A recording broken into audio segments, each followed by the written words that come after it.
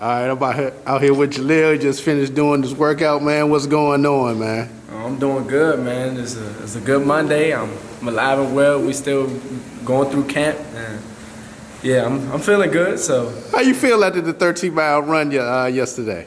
That was Saturday. Saturday. Oh yeah. What is that Saturday? Yeah, oh Lord, Saturday. I'm all off for the days. Yeah. Coming off. What I say the other day? Saturday. Yeah. Saturday we had a 13-mile run. If you know running, it's a half a marathon. So yeah, I can never say, oh, it was easy work, because 13 miles ain't easy. But we got it done. We pushing. And it's not like, you run the 13 miles, you just do it. We try and do it in a certain time limit. You got some guys flying through. People can do it in like an hour and 10 minutes and stuff like that. We've got our time down to about an hour and 25 minutes. So the lower the time get, the better. So yeah, the run felt good. I'm getting my weight right. I'm feeling strong. I'm feeling in shape. I feel like I can do 12 million rounds. Mm-hmm. Forget a 12 round. I can do 12 million rounds as much shape as I feel like I'm in. I got to ask you, man, did you get a chance to check out any of the fights on Saturday night? Oh, yes, I did. I watched the Triller fights because one of my longtime friends, my guy Jalil Love, he's the coach of Jake Paul. And so, yeah, I definitely tuned into the fights. They were some great fights. Congratulations to Jake Paul, because however you look at it, that's a professional fight. And he got the win, and he secured a bag. So, yeah, congratulations to him. And, yeah, it was great. All right, man. I gotta get your thoughts on this, man, because they really talking about it real heavy in the boxing world right now, man. A lot of people don't like the fact of Jake Paul making the money. Is it Jake Paul that was the one that fought this weekend? Yeah, making the type of money that he's making for these type of fights. What are your thoughts on that? I feel like those people, they need to, instead of just hating on him, take a deeper look into what he's doing and maybe try and emulate what he's doing, so maybe they can get the money. Because in my opinion, I feel like he's making the money based on like the followers and the fans that he got, and they're willing to pay to watch him box. And if that's the case, us as fighters or anybody that feel like they need more since he's getting paid all this money, maybe you should try and grow your following as well. That way you can get paid the same amount of money that he's getting paid, or maybe even more. You mean because right now what you see, the landscape of sports and boxing is really changing right now? Yeah, it's changing in a big way. Good, bad, or indifferent. It's changing. Yeah, especially now. You not only do you have to be a fighter, that you also have to, be actively involved with social media because of the day and age that we're in, where fans can literally reach out to you. Because if not, you'll see yourself either be one of those great fighters, but you're not really making no money, or you're not getting noticed because you're not active on social media, or you'll be in a situation where guys say, oh, Jake Paul isn't that good, but he's making all this money. It's because he's popular. It's all, we live in a social media world now, so. Now, I got to ask you about this, man. I don't know if you had a chance to check out Twitter. I was seeing something on one of the sports medias, man, where your hashtag name came up along with Jake Paul, man. Did you see that? Man, I seen it. It was brought to my attention not too long ago, and I was like, man, I hope they would. You take that money up. Yeah, I was about to say, I hope Jake Paul would be like, I want to fight that kid, and I would be getting myself prepared to fight Jake Paul. And a lot of people say, man, you fighting a YouTuber, you gonna beat him up. This is boxing. He's a boxer. At the end of the day, he's a professional boxer, so I'm not gonna go in there and be like, oh, I'm just fighting a YouTuber. This is nothing. I'm gonna prepare for him like this is a real fight, because it is. And yeah, I'm gonna go out there and fight. Like you said, he prepares with Jalil. Yeah, a former world champion. Former world champion. So he's taking this. So what's so different? What's any different between him with his 3-0 and a young fighter starting out 3-0 where they pick certain fighters? Yeah, I'm not. What was the guy's name from? He was from like Japan, or he was over that way. Yeah, he won a gold medal, I think, in China. And his debut, I think he made like $1 million, but he sold out one of the arenas over in China. He fought a Zed. Mind you, this guy fought a 4-rounder, and nobody really said nothing about that, because prior to him fighting that debut, he was an amateur boxer, But now people are in this big eruption almost over the fact that Jake Paul is making all this money, and he only has, 2 or 3 real pro fights? This is I mean, every fight he fought. Now I know one of them was like an exhibition, but after that they were all real pro fights. Bruh, I mean, Nate Robinson, I think, was an exhibition, but I ain't sure if it was an exhibition. But his last two, them been real Those fights. was real fights. So you gotta respect it as if well, not as if, but he's a professional fighter. The man is really taking this thing serious. Because hypothetically speaking, let's say he gets in a situation where he gets ranked by a sanctioning body and he becomes one of these guys' mandatories. They gotta fight him. If he's the mandatory, if they fight one mandatory a year, they gotta fight him. And you saying they gotta fight him? I'm saying they wanna fight him. They want that money. Hey, I bro, know. that man. If I was in a situation where I have a belt and a guy, one of these big YouTubers is fighting and they beating everybody up and they saying, man, you should fight that YouTuber because he's your mandatory, I'm gonna say, of course I'm gonna fight him. Let me fight him. I'm begging him to like, man, come on, take this fight. Did you see the numbers? They put the numbers out. Reach Progress made 850 or 870. Slim made 690. That was the next highest number behind that. Like, bruh, I'm sure anybody who got a strap at the weight class that he fighting in, they would love to fight him. Oh, yeah. You go from getting $2 million, if you getting $2 million for the championship fight, to getting $5 or $6 million, because this dude he did 1.5 million buys. Yeah, brother, that's pay-per-view. We talking about what you say? Numbers don't lie. Numbers never lie. The man did 1.5 million buys. At that point, when I saw that, I had to go on my IG, man. Congratulations, bro. I never teach my son hate. Man, you congratulate. I want to learn how you doing it. The man doing it. You can't hate on that.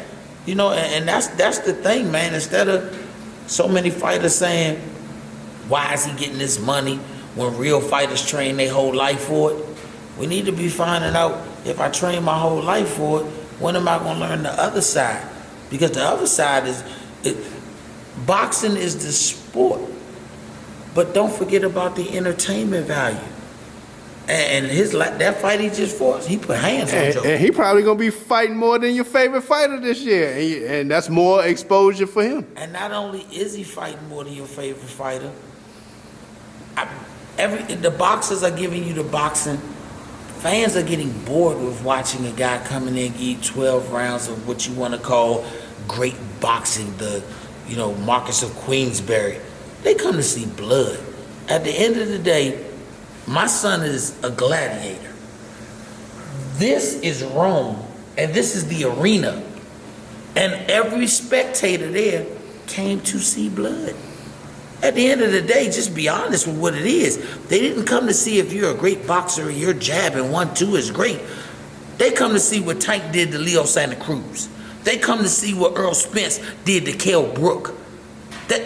Look at the dudes that's really getting paid. Tank getting paid. Earl Spence getting paid. Monster Inouye is getting paid. What do they all have in common? They'll not be wrong. They in the hurt business. In the hurt business. And then another thing that makes it 1,000 times better is when you watching a fight and Snoop Dogg is commentating. Oh my goodness. The past couple fights when Snoop has been the commentator, I've never laughed so hard, ever. Yo, he wild, man. Snoop Dogg, he don't hold nothing back. He ain't got no filter, and that makes it 1,000 times better. It's crazy, like Snoop bring a whole different feel to a boxing match. Snoop make you feel like you on the corner in front of the liquor store and two drunks just got to swing at each other. He bring excitement, but that's boxing needed that shot in the arm. If you look at what's going on in the sport, what Teofimo has been a shot in the arm to boxing, what Devin Haney has done, and even with him, always calling out somebody, that's been big for boxing. What Tank and Leo Santa Cruz did together was big for boxing. Leo got knocked out. All respect to Leo, but Leo came to fight. Leo didn't come to run. Leo understood what was on the line. I am the Mexican fighter. He's the American. We're the next stage in that evolution of American fighters versus the Mexican fighter. And he came and put it on the line. Tank can't get that big knockout if Leo's not willing to fight him to get knocked out. I respect both of them. That's where that buck come in at. Gamboa fight. We was there. Man, they packed that joint. Packed it to see Tank fight Gamboa. They loved the boxing match, but when Tank was going in for the kill, people went crazy in that joint. They went crazy in there.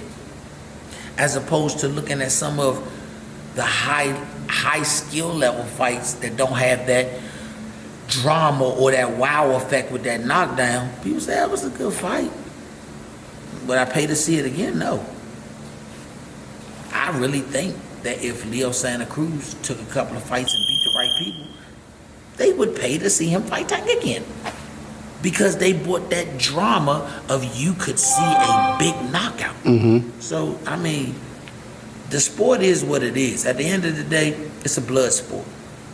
And the last time that you'll see a fighter be able to just rely on boxing was the last one that did it at a great level, Floyd. But that was because Floyd was willing to get in front of punchers. And people paid to see if this puncher could get him. But somehow he always did the bull and the matador thing. That was his thing. Yeah. If Floyd would have took not even one loss, if the man would have bled or got knocked down, people might have started buying tickets. This man, he was the equivalent of pitching a no-hitter. People don't leave the baseball diamond when a man got a no-hitter going on. They trying to see if somebody can knock the ball out the pocket, break up the no-hitter. That's the beauty of that. But on average, it ain't that many guys who can put that display of bull and matador on, so they turn to the other thing. Like Jalil, he was blessed with punching the building in both hands. That is the ticket that you play. And then to hear boxers say, man, but I ain't do this to get my marbles screwed up. I'm going to leave this sport the same way I came in it. I hope my son does the same thing, but at the end of the day, you signed up for this. Nobody forced you into this. Gladiator sport. This is a gladiator sport. When you step into the arena, every time you step in it, whether it's a good opponent or a bad opponent, you run the risk of getting hurt or losing your life. So, I can't hate on Jake Paul. Congrats to him. Thumbs up. Oh, I got to ask you about the other fights too, man. One of your friends was fighting, man, because I saw one of your posts talking about it, man. The zero effect that we talk about with the Floyd factor. I had two guys lose this weekend. One of them, the one that kind of touched me personally, because I'm like, man, this is my boy. It hurt to see him lose. Is Vito. He lost a tough fight this weekend. And I was actually getting a lot of calls, a lot of text messages. Man, you see Vito lost, da-da-da-da. Some people was like, man, I told you he was overrated, stuff like that. But I'm like, I never got one call from none of y'all when he was winning. Y'all ain't never called me and be like, man, you see how good Vito looked. You seen what he did. You see he did this, that, and the third. But now that he lost, y'all all calling me saying he's washed. After one loss. Yeah, and it's crazy to me, Especially when you got people in this boxing world, guys like Manny Pacquiao, who has multiple losses, who's been knocked out, he's been put on his back, he's been put on his face. And we can honestly say when he retires, he's a Hall of Famer. Then you got guys like Lomachenko. He lost his second pro fight. We didn't say he was washed. Canelo lost to Floyd. We didn't say that Canelo was washed. So, yeah, one loss doesn't define your career. I talked to him about that. And another guy that lost another close fight was Otha. Otha Jones lost a close fight, and once again. Otha lost? I didn't know. Damn, I was about to say, hold up, he did? Otha lost? He lost a majority of this. No, I didn't. Damn, I didn't. Oh, yeah, I was like, man. That's what I was looking at. I was like, hold he up. fought on Andre's card. Oh, you wanted to beat Chandra? Okay.